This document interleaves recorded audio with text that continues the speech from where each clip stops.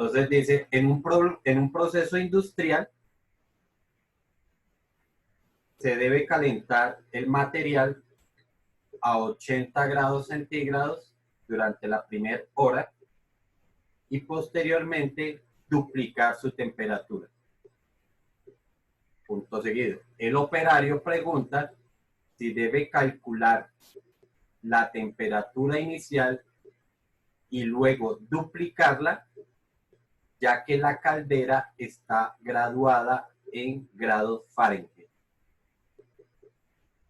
¿Listo? Ese es el problema. ¿Qué podemos contestarle? ¿Será que sí? ¿Será que no?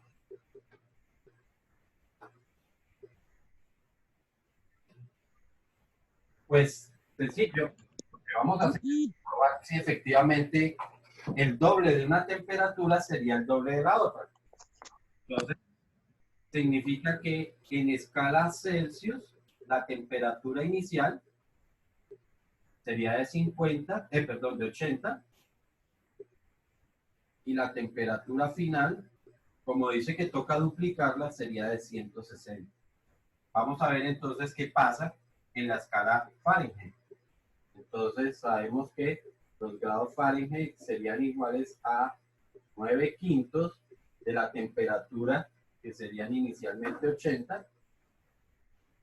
Creo que ya habíamos hecho ese cálculo, más 32. ¿Listo? Esto serían 176. 170. Y la escala, la temperatura final en la escala Fahrenheit, que sería 9/5 de 160 más 32. 320. ¿300 qué? 20. ¿20 cerrados? Sí. Ok. Claramente, esta temperatura no es el doble de esta temperatura. Por lo tanto, podemos concluirle al operario que ¿qué? No sirve. No debe duplicar la temperatura, sino que debe Triplicar. las temperaturas. ¿Ok? Deberá calcular cada una de las. ¿Qué? Ah, ya, gracias. ¿Listo? ¿Deberá calcular qué?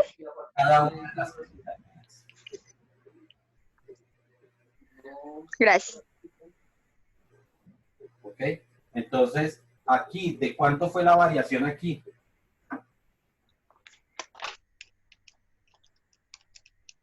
La variación ahí sería 144. 144. ¿Ok? Entonces viene la segunda parte del problema. Y dice, en una tercera fase del proceso,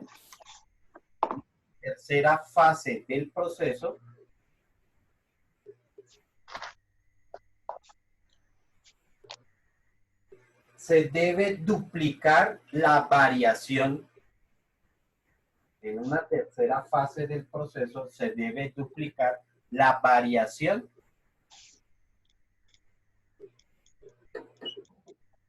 que se produjo en la segunda fase. La variación de temperatura que se produjo en la segunda fase.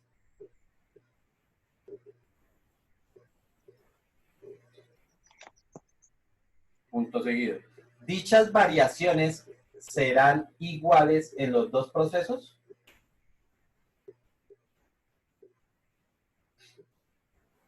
Entonces, aquí ¿Serán qué? Otra vez. será igual en los dos procesos. Me refiero a que si aquí se duplica, aquí se duplica la variación. Hablando de variación de temperatura. ¿Ok? Ujú. Donación de vehículos o elementos nuevos usados en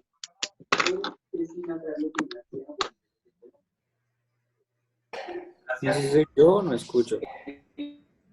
Es que ¿Quién está usando el celular? Por dos.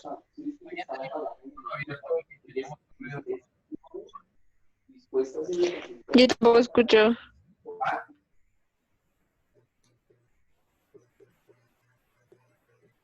perdonen, pero los voy a silenciar mientras porque es que hay, no sé quién de ustedes tiene un ruido de fondo.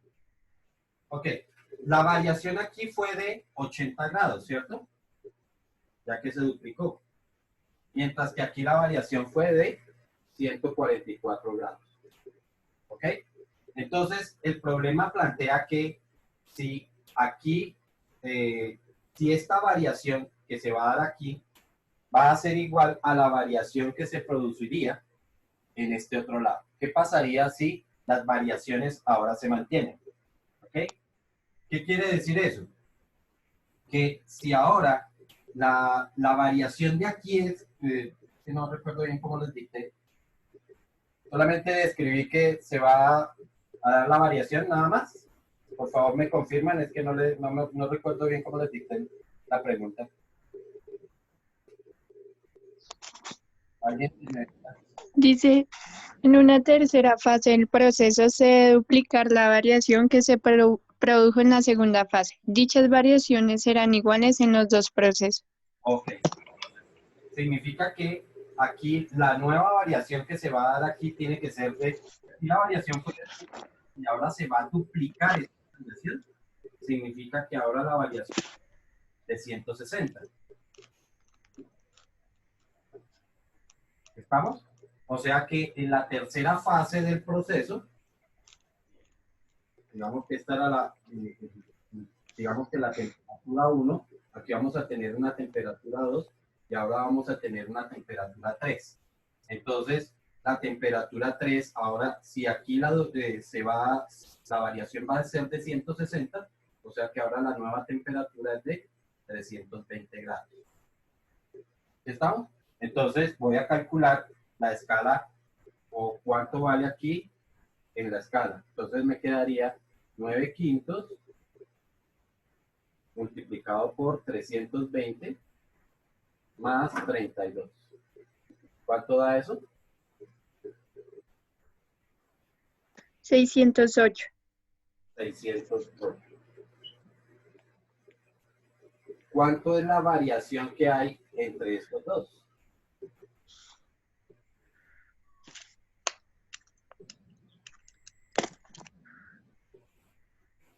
¿288? 288.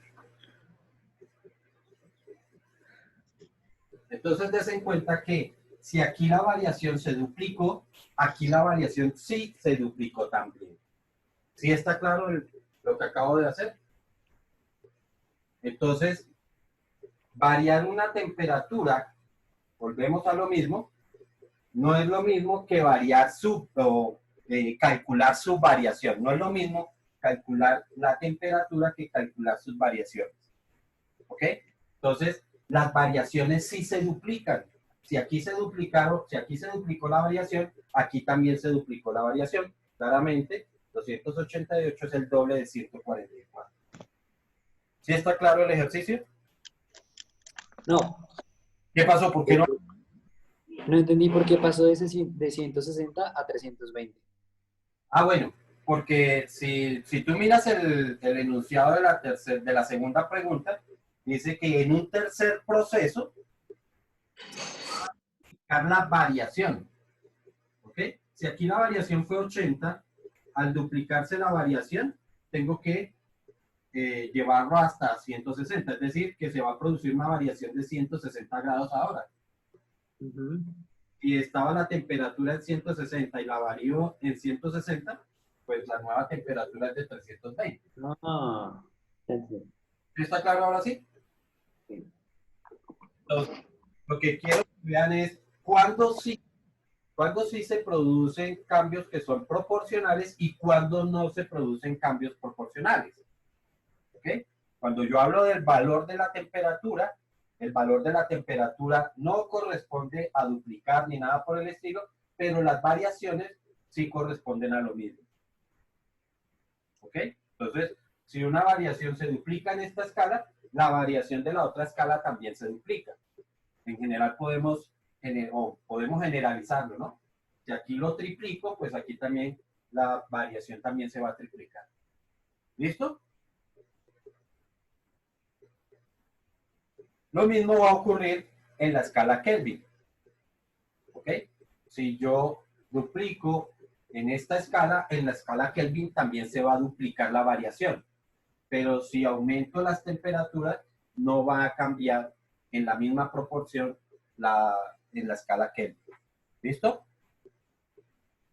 Bueno, eso es lo que tiene que ver, pues, por lo menos con los cálculos de calor y temperatura, perdón, de temperatura en las diferentes escalas. ¿Listo?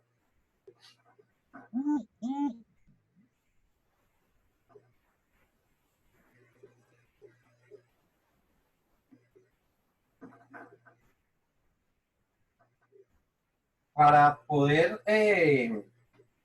digamos que seguir con lo que tiene que ver con los cálculos de calor, tenemos que antes hablar de lo que son los estados de la materia. Entonces, nosotros reconocemos o se sabe que existen 4 estados.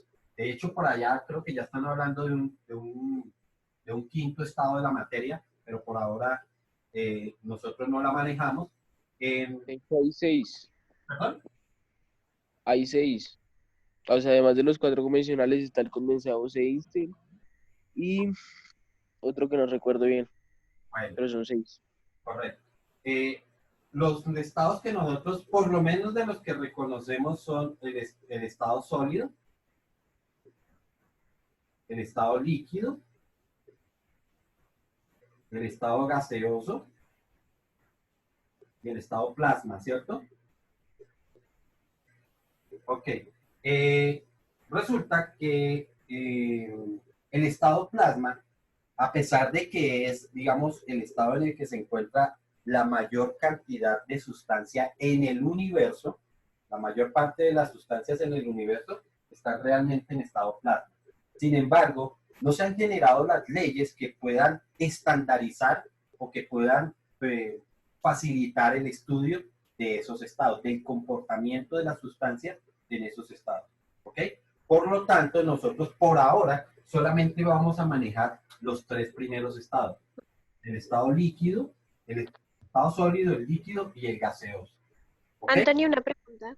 Dime. La anterior pregunta de dichas variaciones eran iguales en los dos procesos. ¿La respondo como sí? Correcto, sí. Digamos que Gracias. la segunda pregunta, sí. El doble de la variación en la escala centígrados sí sería el doble de la variación en la escala Fahrenheit. Gracias. Entonces, vuelvo y repito, nosotros no vamos a trabajar con el estado plasma debido a eso, porque todavía no se han generado las leyes que permitan generalizar el comportamiento de ese estado. ¿Ok? Por lo tanto, nosotros dijimos que íbamos a trabajar solamente con estado sólido, líquido y gaseoso. ¿Ok? Una sustancia entonces se puede, o naturalmente una sustancia se encuentra en cualquiera de esos estados. Por ejemplo, lo que nosotros le llamamos agua, ¿sí? Es una sustancia que naturalmente, en su mayor cantidad, la encontramos es en estado líquido, ¿cierto? Pero sabemos que naturalmente también se encuentra en estado sólido, cuando lo vemos los glaciales y todo esto, y también se encuentra en estado gaseoso en la atmósfera, ¿ok? Pero la mayor cantidad del agua la encontramos en estado líquido, ¿ok? Hay otras sustancias que naturalmente solamente la encontramos es en un estado, ¿sí? Por ejemplo, cuando nosotros hablamos de los metales, ¿sí? Naturalmente los metales siempre se encuentran es en estado sólido, ¿sí? A menos que se den algunas circunstancias, porque alguno me dirá, bueno, ¿y qué pasa cuando de pronto un volcán tiene un contenido de algún tipo de metal? Pues lógicamente, en ese caso particular, debido a la alta temperatura, pues el metal ya no va a estar en estado sólido, sino que se encontrará en un estado líquido, ¿cierto? Entonces, digamos que son casos particulares, pero en general las sustancias se encuentran en su mayor parte en uno de esos 3 estados, ¿ok? Lo mismo va a pasar con lo que nosotros llamamos los gases, ¿sí? Entonces, naturalmente, el hidrógeno, por ejemplo, lo vamos a encontrar es en estado gaseoso. ¿Sí? El helio, pues lo vamos a encontrar en estado gaseoso y así todas estas sustancias. ¿Ok? Sin embargo, nosotros podemos hacer o podemos pasar una sustancia de un estado a otro estado. Y ese proceso se puede lograr con variaciones de temperatura o con variaciones de presión.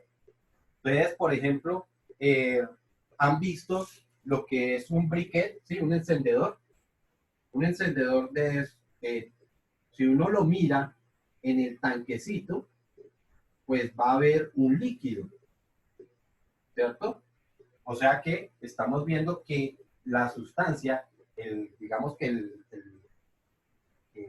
carburante que hay ahí, la sustancia que nos permite prender, la vemos en estado líquido. Sin embargo, si nosotros rompemos ese tanque en el que está almacenado ese encendedor, entonces vamos a ver que ese líquido se convierte en gas, sin producir ninguna variación de temperatura. Yo no necesito, basta con que yo rompa el tanque y vamos a ver que ese líquido se convierte rápidamente en un gas. ¿Ok? Eso se produce precisamente porque ese tanque está en una presión determinada. ¿Ok?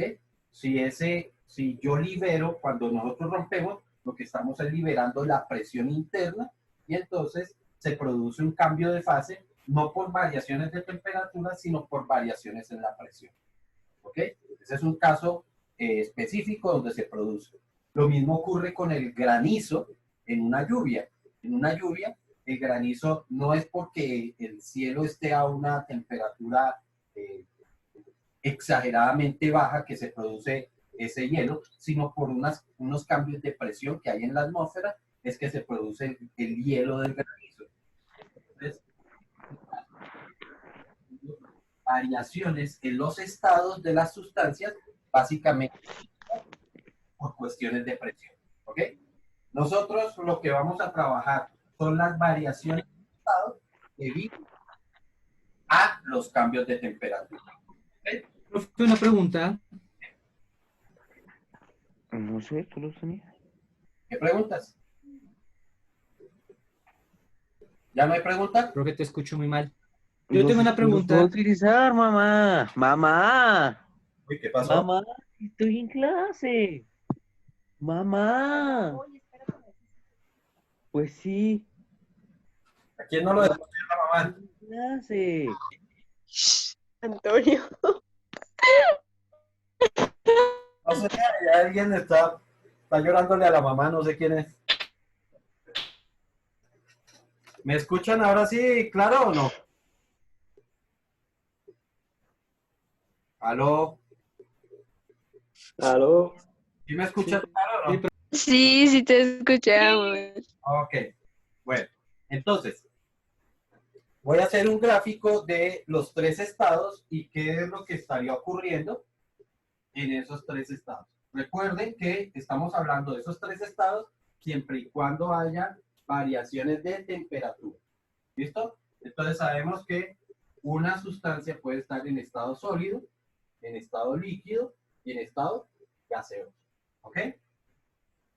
Y habíamos dicho que el punto donde se produce el cambio de estado sólido al estado líquido, lo íbamos a llamar el punto de fusión.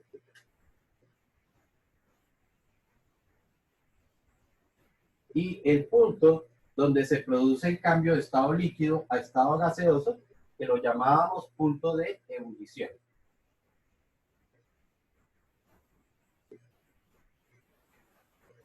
¿Ok?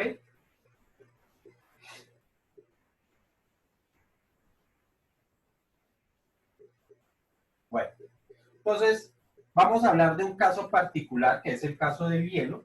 ¿Qué ocurriría o qué tendría que yo proporcionar para que se produzcan estas variaciones de los estados?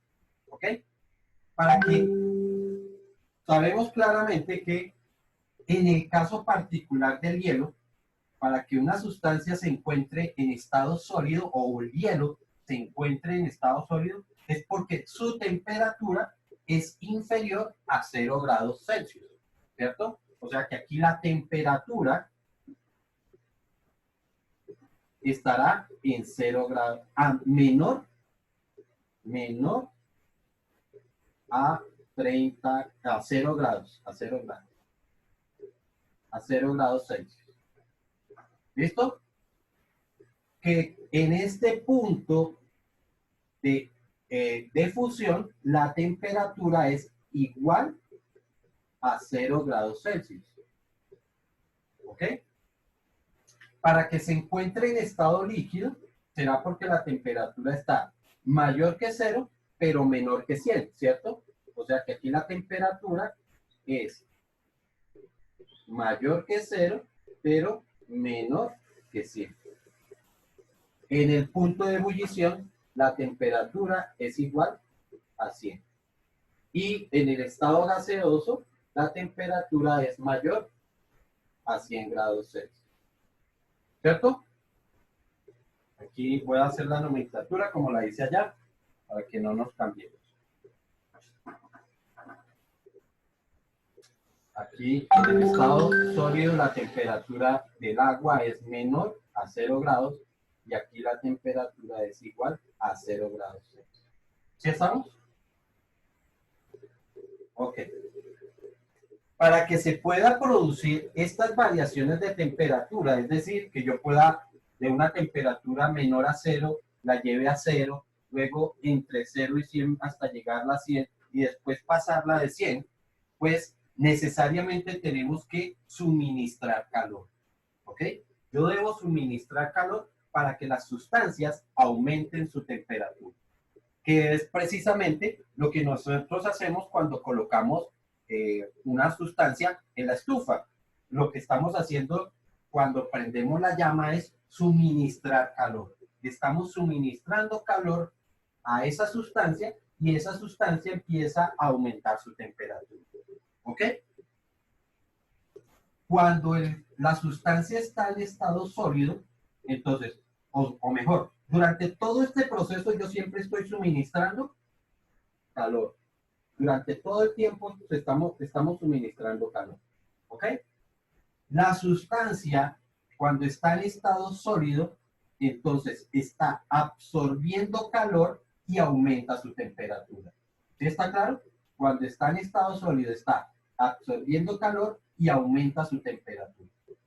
Pero cuando se está haciendo el proceso de fusión, la sustancia está absorbiendo su calor, pero mantiene su temperatura. ¿Y qué temperatura mantiene?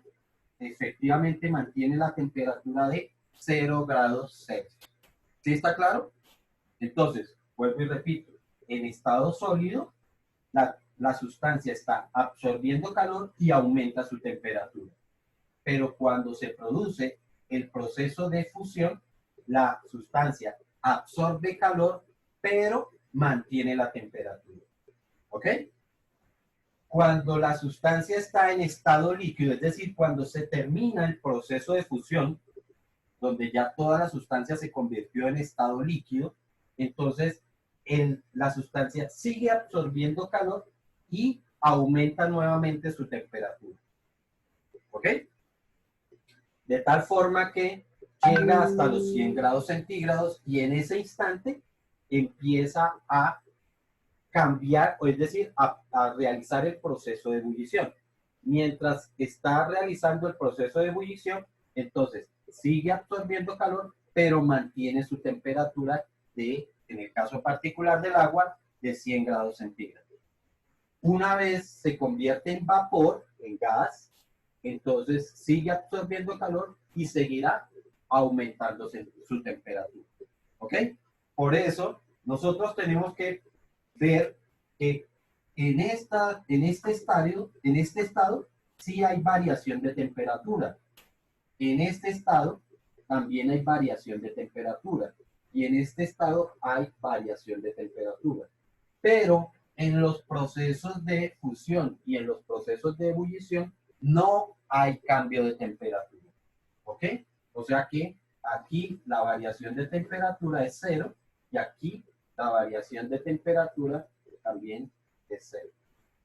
¿Cierto? Entonces, eso es lo que nos ocurre cuando estamos haciendo un proceso donde una sustancia está absorbiendo calor. ¿Listo? Significa entonces que puede pasar de un estado sólido a un estado líquido y del estado líquido a un estado sólido, a un estado gaseoso, perdón. Lógicamente, si aquí estamos hablando de que el cuerpo está absorbiendo calor, cuando la situación se da en sentido contrario, entonces ya no estará absorbiendo calor. ¿Qué estará haciendo entonces? Estará cediendo calor. ¿Listo? Liberando. ¿Perdón? En general no decimos liberando, ¿sí? Digamos que el concepto más exacto es decir que cede calor. ¿Por qué decimos ceder calor y no liberando calor? Porque es que el concepto de ceder calor significa que necesariamente hay alguien más que tiene que absorberlo. Pero cuando yo digo libero, como que la cosa queda de que quedó disperso por ahí, pero nadie lo va a absorber, como que queda perdido, ¿sí? Y recuerden que en el concepto de conservación de la energía, ¿sí? La energía no se pierde, sino que se transforma. Antonio, Dime, ¿cuándo cedía calor? ¿cuándo qué? ¿Cedía calor? Se cede calor cuando disminuye la temperatura. Y al disminuir Ok. la temperatura, entonces, el proceso se da en sentido contrario. ¿Ok? Ya no vamos de estado sólido a líquido y gaseoso, sino de gaseoso a líquido y sólido. ¿Sí está claro? Con respecto al calor, entonces yo tengo que ver si en el calor se está produciendo una variación de temperatura o si se está produciendo un cambio de fase. ¿Listo? Entonces, cuando estamos calculando el calor para realizar todo este proceso, entonces, vuelvo y repito, tengo que ver si se está suministrando el calor para producir un cambio de temperatura o si se está suministrando un calor para producir un cambio de fase. ¿Listo? Bueno, ya aquí el programa me avisa que me quedan 8 minutos, ¿sí? Y creo que nos van a dar exactos para lo que nos queda de clase. Entonces, lo que sigue ahora es cálculo del calor cuando se produce un cambio de fase. Perdón, un cambio de temperatura. Cálculo del calor cuando se produce un cambio de temperatura. Valga la aclaración que el calor lo vamos a representar con la letra Q. ¿Listo? ¿Cambio de calor cuándo qué? Cuando se produce un cambio de temperatura.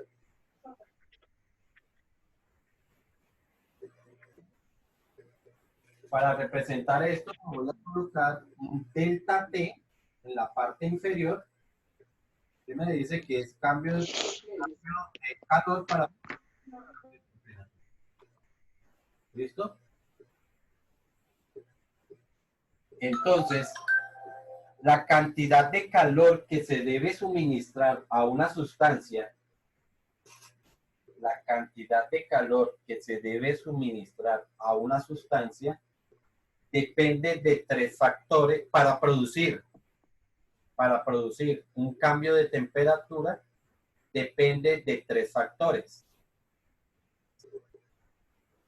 La cantidad, Otra vez, porfis.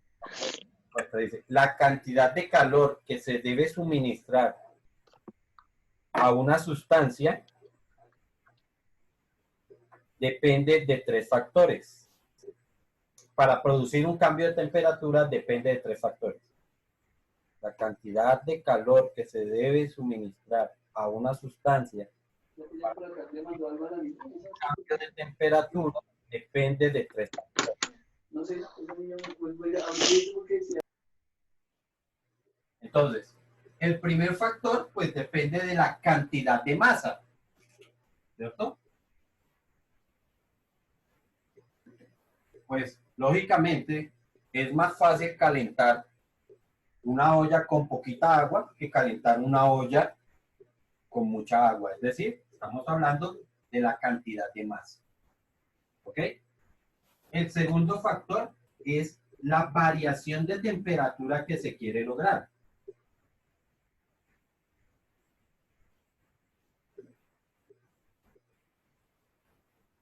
Claramente, si yo quiero calentar poquito el agua, ¿cierto? Quiero pasarla de 20 a 21 grados, no será lo mismo que tratarla de pasar de 20 a 25 grados, ¿cierto? No es lo mismo tratar de elevar un solo grado que tratar de elevar 5 grados. Entonces, la variación de temperatura que se quiera lograr. En teoría, les decía ahorita, es lo mismo pasarla de 20 a 21 que de 30 a 31. ¿Por qué? Porque solamente estoy elevando en un solo grado. ¿Ok? En teoría. En la práctica sí hay algunas, digamos que algunas variaciones, pero en teoría la variación de temperatura es la misma. ¿Listo? Y el tercer factor es lo que se le llama el calor específico de la sustancia. ¿Ok? Entonces, ¿qué es calor específico de una sustancia? Es una propiedad de las sustancias, ¿sí?, que les permite absorber calor sin elevar su temperatura. ¿Ok? ¿Eso qué quiere decir? Que todas las sustancias no elevan su temperatura de la misma manera. Yo puedo colocar la misma cantidad de agua que de aceite, ¿sí?, en la misma estufa, con la misma intensidad de calor, pero en la variación de temperatura que voy a lograr no necesariamente es la misma, o no es la misma. En particular, con sustancias precisamente como lo es el aceite y como lo es el agua. Por eso es que ustedes ven que muchas sustancias refrigerantes, digamos que tienen esa condición, y es que precisamente logran absorber mucho calor sin elevar su temperatura. ¿Ok? Entonces, matemáticamente, el calor específico es la cantidad de calor que se debe suministrar. Por favor, tomen nota de eso. El calor específico es la cantidad de calor que se debe suministrar a 1 gramo de una sustancia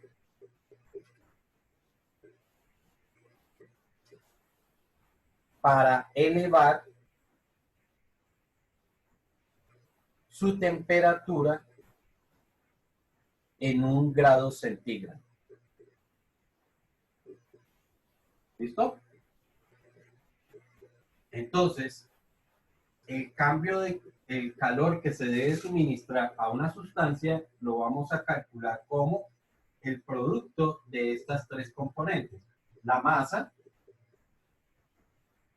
multiplicado por el calor específico y multiplicado por la variación de temperatura. Recordemos que la variación siempre la voy a calcular como la temperatura final menos la temperatura inicial. ¿Listo? Y con esta ecuación estamos calculando el calor que se debe suministrar a una sustancia para elevar su temperatura. ¿Listo? Y de una vez definimos el cálculo de calor para producir un cambio de fase. Entonces, para producir un cambio de fase, lo vamos a escribir como calor para producir una variación de fase. No de temperatura, sino de fase.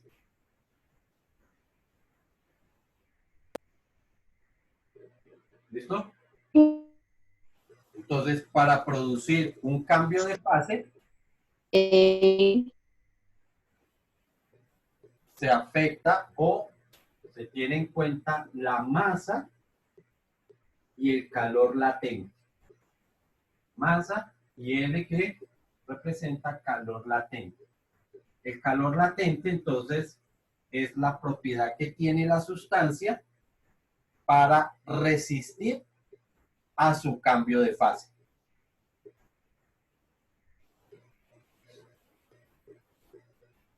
Y habrá un calor latente de fusión y habrá un calor latente de ebullición. Son distintos esos dos. Entonces, dependiendo del cambio de fase, nosotros vamos a utilizar un calor latente distinto. ¿Listo? Por hoy vamos a dejar ahí. Y la próxima vez que nos veamos, vamos a arrancar a partir de acá. ¿Estamos?